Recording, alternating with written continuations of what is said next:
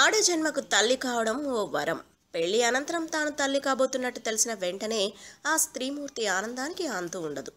తనకు పుట్టబోయేది అబ్బాయా అమ్మాయా అనే కుతూహలంతో 9 నెలలు గడుపుతోంది. స్కానింగ్లో పుట్టబోయేది ఎవరో తెలిసినప్పటికీ భారత చట్ట ప్రకారం అలా తెలుసుకోవడం నేరం. కాగా ఇలా చేస్తే పుట్టబోయేది ఎవరో ఇట్టే తెలిసిపోతుంది. ఎలా అనుకుంటున్నారా?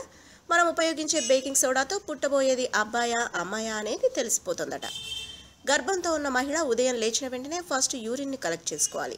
మెటల్ గ్లాస్లో కాకుండా ప్లాస్టిక్ వంటి వస్తువుల్లోనే యూరిన్ని తీసుకోవాలి.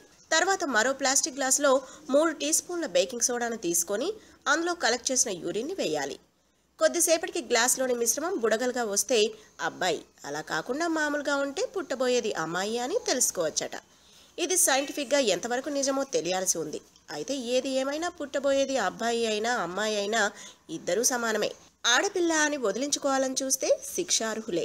If you like the video, please like us and subscribe Tollywood Nagar.